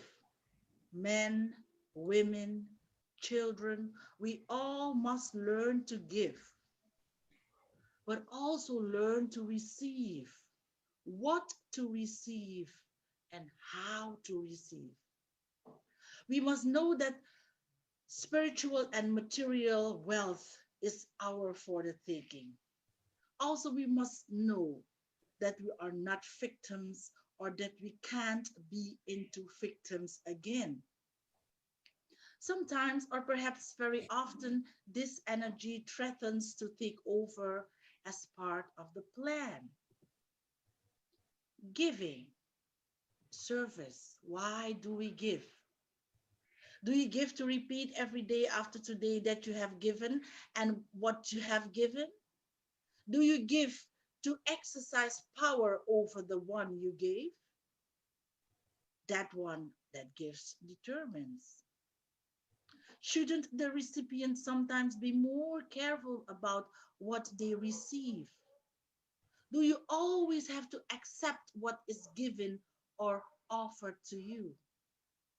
Do you give so that other person can rise and shine? What is the blueprint in life? In my native language, Saranatongo, they would say, Indaay, stay woke, which applies to both the giver and the recipient. Because the goodwill factor differs from person to person, nearby, far away, family, social context, the community in which we live, but especially with political leaders close by and world leaders who do not know the goodwill factor as an essential human component, even though they preach and teach it. Giving and receiving can be destructive and even promote spiritual poverty, but it can certainly be enriching and prosperous. Life is giving and taking, even though some people think it's only giving and some people think it's only receiving. But the goodwill factor is an important aspect in giving and receiving. How strong is the goodwill factor in you? How strong is the goodwill factor in me? Is it sincerely granted to you? Can you honestly say to yourself, it has been granted to me? Balance or no balance, everything has an effect on the human being. But we are capable of giving the best and receiving the best. On this special day, we must once again remind and inspire each other for the umpteenth time. But we must continue to do it, to learn from our predecessors who carried a high degree of goodwill factor within them and what it means to us. What has worked and what hasn't worked, and what still doesn't work. We have to be patient with each other, forgiving due to ignorance, and especially in that eye. Stay woke. Let us carry on with the good intention of sharing, because giving and receiving is sharing. Let us continue, but let our blueprint be based on the pureness of the goodwill factor to rise, and shine, inspired by the spiritual source of our supreme being, the Most High. Our brother, the Honorable Dr. Martin Luther King Jr., had a great suggestion of how to design our life's blueprint. This is the most important and crucial period of your lives, for what you do now and what you decide now at this age may well determine which way your life shall go. And the question is whether you have a proper, a solid, and a sound blueprint. And I want to suggest some of the things that should be in your life's blueprint. Number one in your life's blueprint should be a deep belief in your own dignity, your own worth, and your own somebodyness. Don't allow anybody to make you feel that you are nobody. Always feel that you count. Always feel that you have worth. And always feel that your life has ultimate significance. Secondly, in your life's blueprint, you must have, as a basic principle, the determination to achieve excellence in your various fields of endeavor. You're going to be deciding as the days and the years unfold what you will do in life, what your life's work will be. Once you discover what it will be, set out to do it, and to do it well. Be a bush if you can't be a tree. If you can't be a highway, just be a trail. If you can't be the sun, be a star. For it isn't by size that you win or you fail. Be the best of whatever you are. And finally, in your life's blueprint must be a commitment to the eternal principles of beauty, love, and justice. Well, life for none of us has been a crystal stair, but we must keep moving. We must keep going. If you can't fly, run. If you can't run, walk. If you can't walk, crawl, but by all means, keep moving.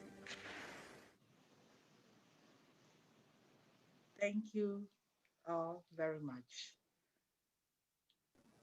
Well, thank you so much, Elizabeth. And actually, I misspoke as far as your title, Pros and Cons of a Giver and a Receiver.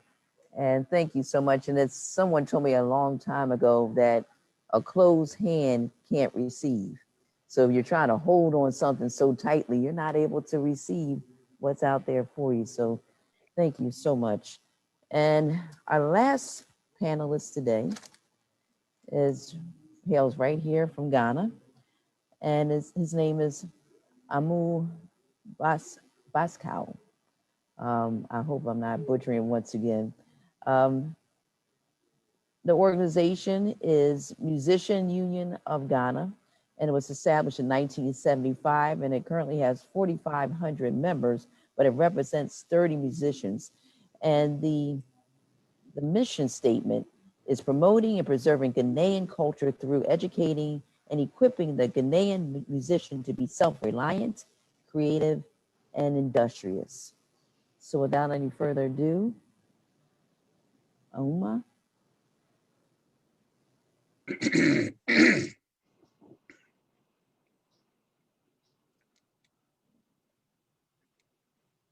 Are you there?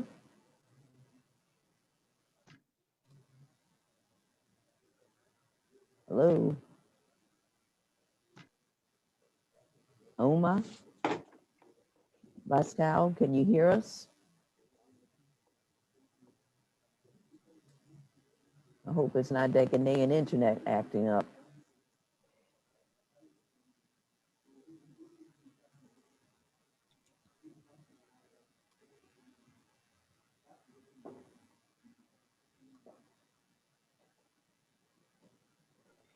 Haki, are you there? Yes, I'm here, sister. What's going on? I think the gentleman is still on. So Yeah, maybe I see he's him, but having some chat. Okay. Perhaps is he unmuted? Lower left-hand corner, unmute, Baba. He may be reconnecting. Okay. oh, he's reconnecting. Possibly. Let's see. Okay.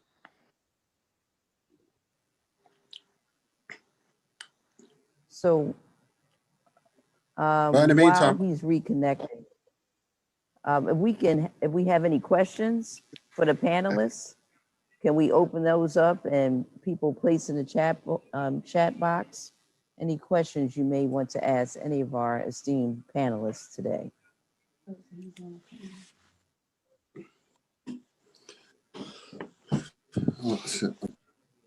Questions or comments? You've been making wonderful comments as they were speaking.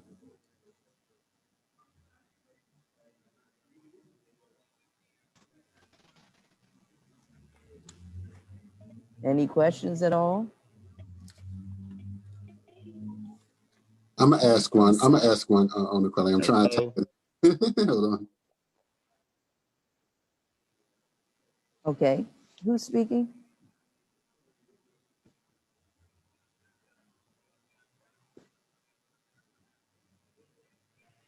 Questions are in the chat box. Onukweli, so we do have a question. I'm sorry. I think, let me see if it's in there. I don't see it. I thought I saw a question. Well, I believe there was a question about how do we move from civil rights to human rights? Anyone can take that question, if anyone cared to elaborate on that. Brother Or Sada? is there a difference? Yeah, there's a difference. Malcolm X talked about human rights. That it's a human rights struggle because human rights, if you don't have human rights, you don't have civil rights. Civil rights is both basically your rights within the Constitution of the United States. Human rights are your global rights. Your rights as being a human being, as Malcolm X would say. So that's the distinction. I think that at this point, we need to be thinking about our African humanity from a global scale and what rights we have as an African people. There are 1.3 billion Africans on the continent.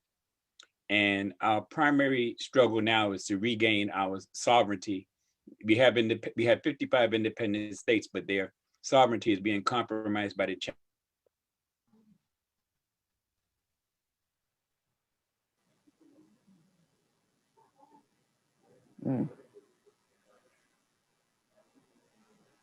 Okay, is it just me or did he freeze? No, yeah, he froze.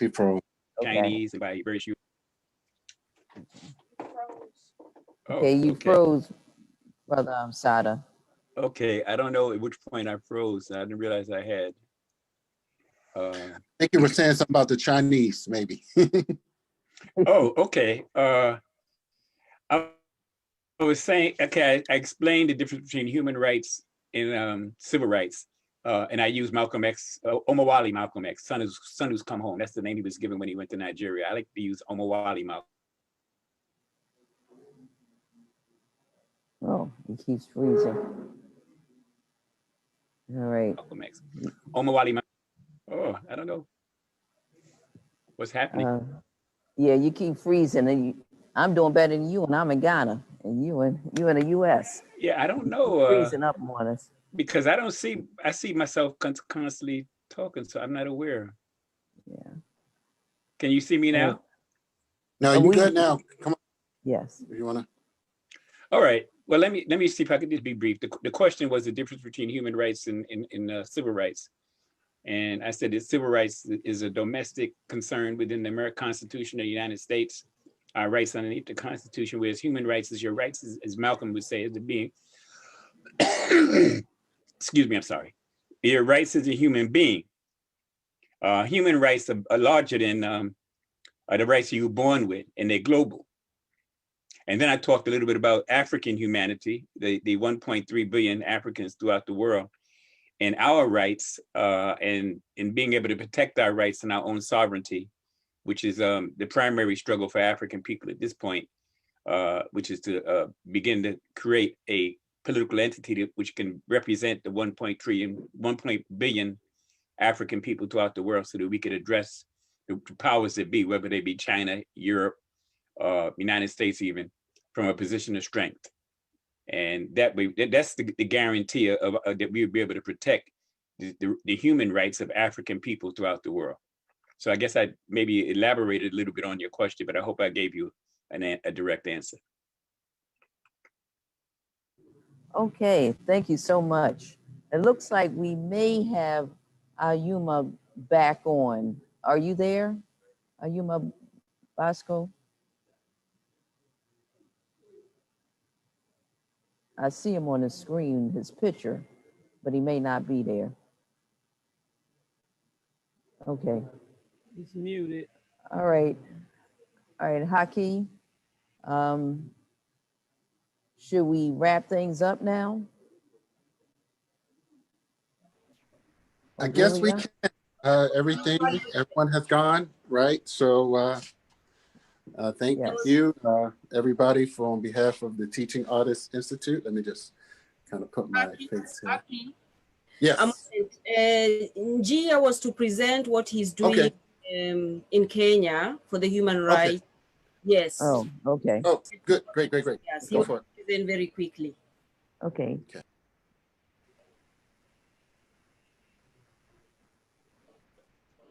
G here.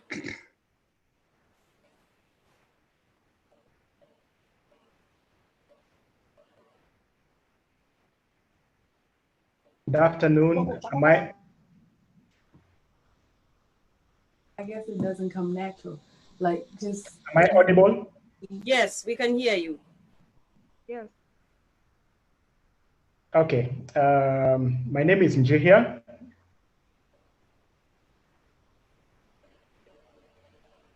And I think let me just start by saying thank you so much for the several presentations which have been done.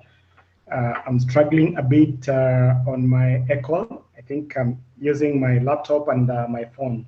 My phone for the image and my laptop for basically for just following up on the charts.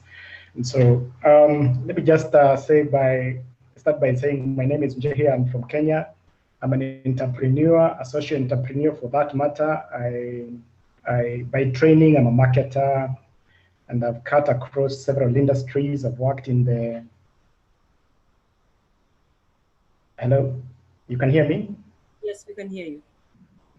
Yeah, so by training, I was a marketer, and by professionally, I've worked across the industries in the IT for 3 years, brewing for 10 years, banking for 3 years, and now construction for about 10 years.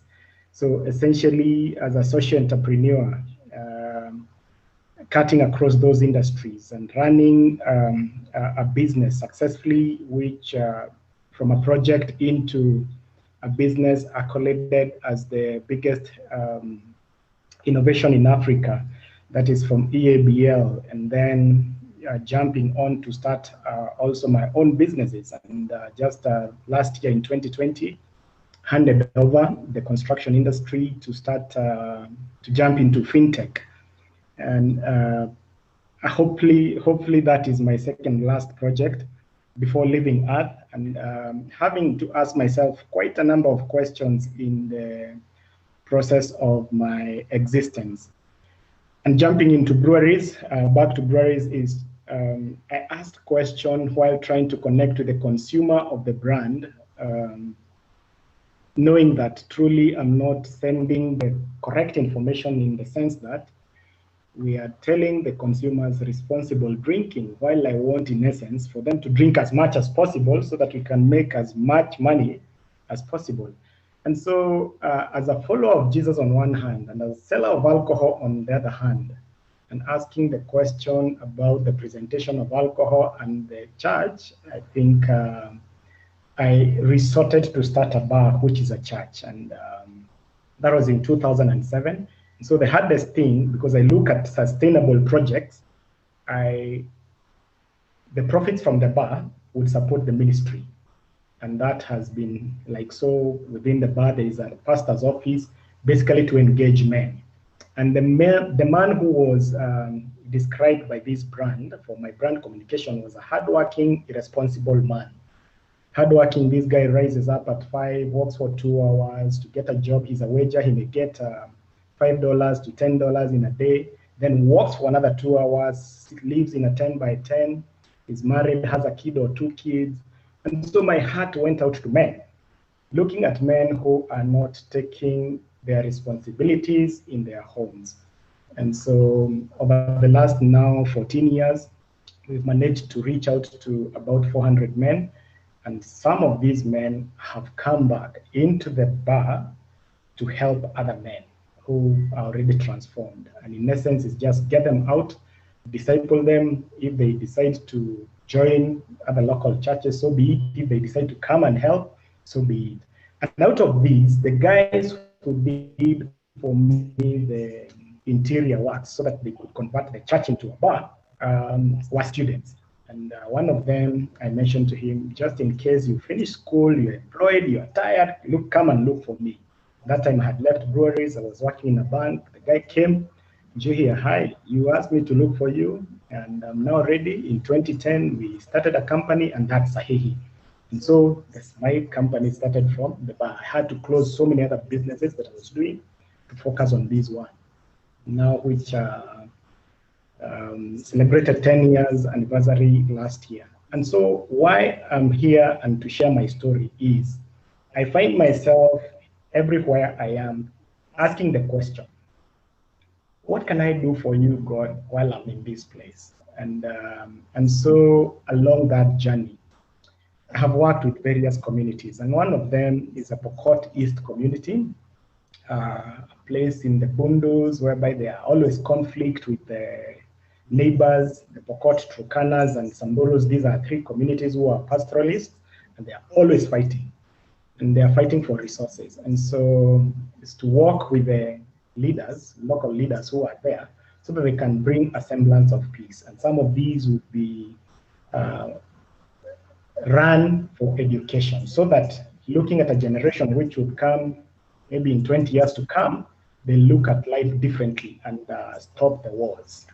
And that again, for about 16 years, once a year, we go there just to encourage and work with the local leaders. And I liked what Njeri talked about the women. We find that because it's so patriarchal kind of community, women are the ones who are most responsive. But the progress would be so little because there's no support of the men. And I think, Ishmael, I hope you can be sharing some of these images of the Pokot East as even as we unfold on this. The other thing is the question again, what can I do while I'm in this place? And I find myself quite busy. Within, again, Sahihi, we find that we, over the last 3 years now, we've been doing a marathon in coffee and tea growing areas, where you find that the owners of the coffee estates are so rich and the workers are so poor. And in between, there are iron-fisted managers who oversee the poor workers as they work.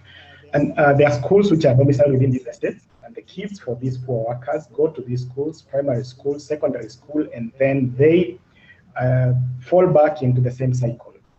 And so what we do, we engage all the three. That is the parents for the kids themselves, and the owners of the farms.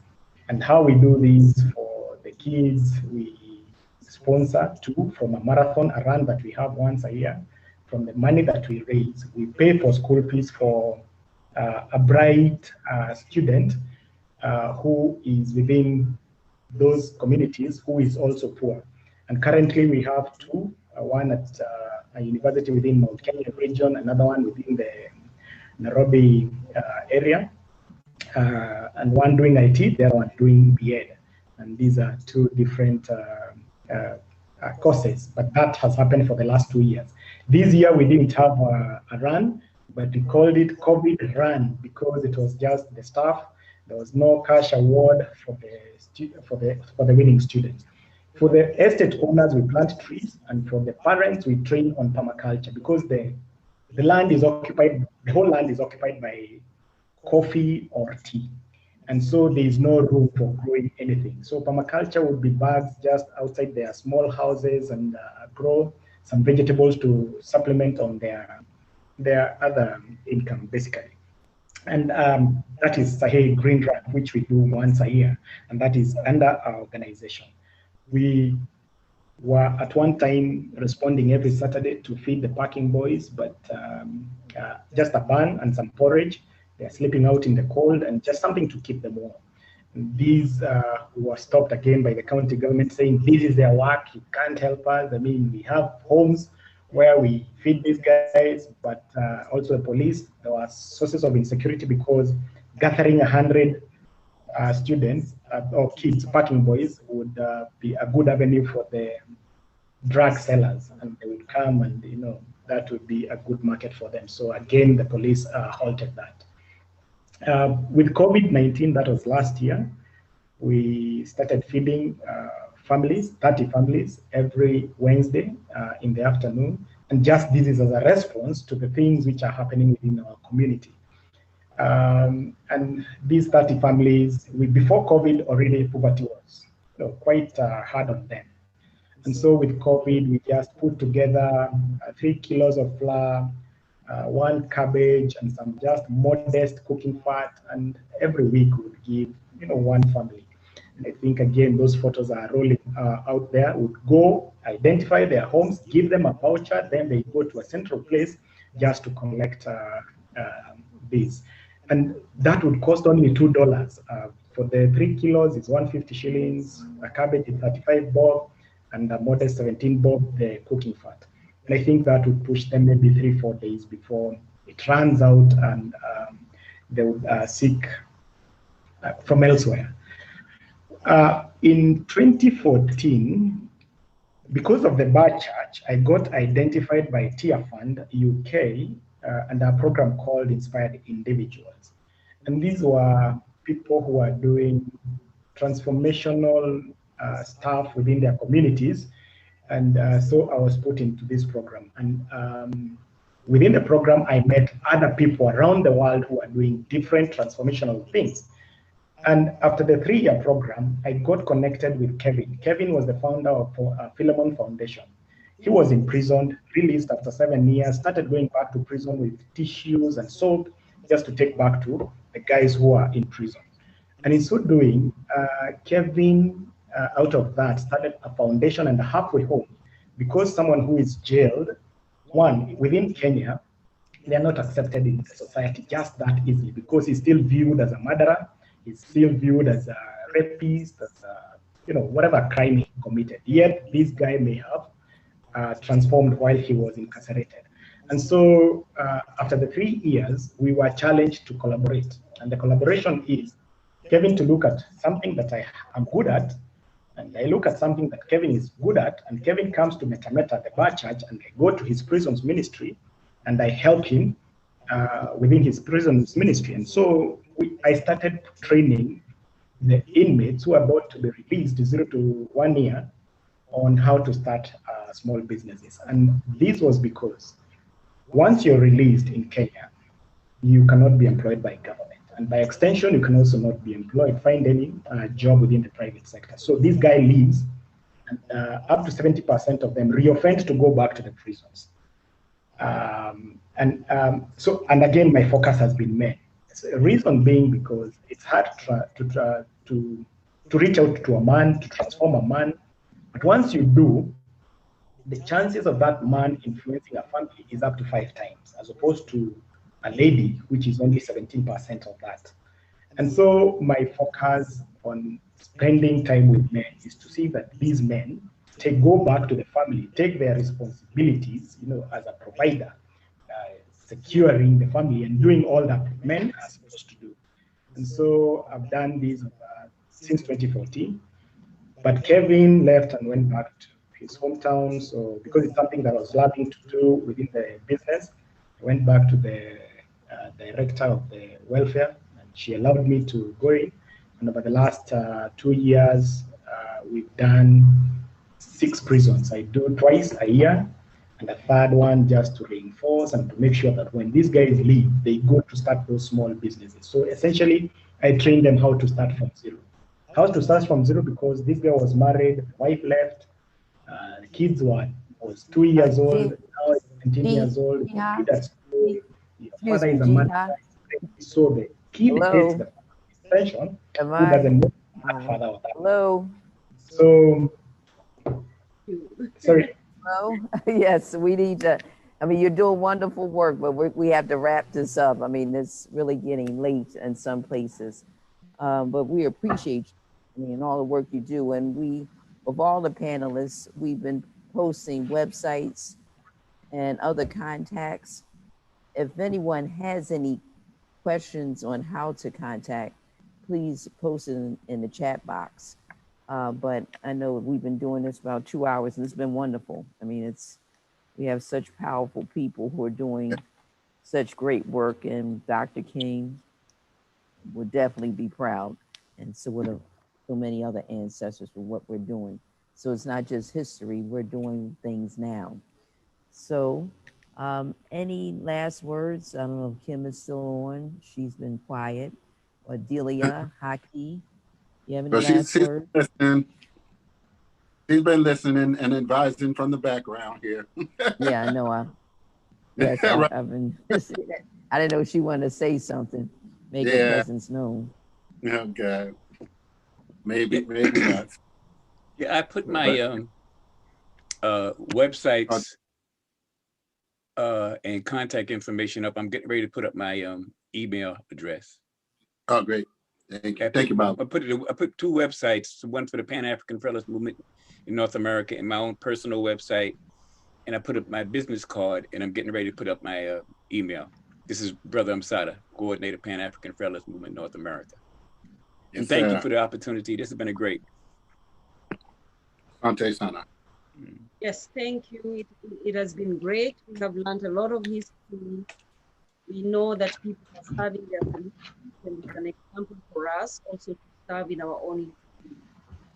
Thank you also, Anopale, for taking this challenge. You've done a fantastic job all the way from Ghana. Okay. Oh, thank you so much. And I thank thank the ancestors, the Most High, for keeping the internet going strong and going. And I'd like to thank all the participants who joined us here this afternoon and this evening. Thank you so much. You're welcome. Okay. Okay, bye. Bye.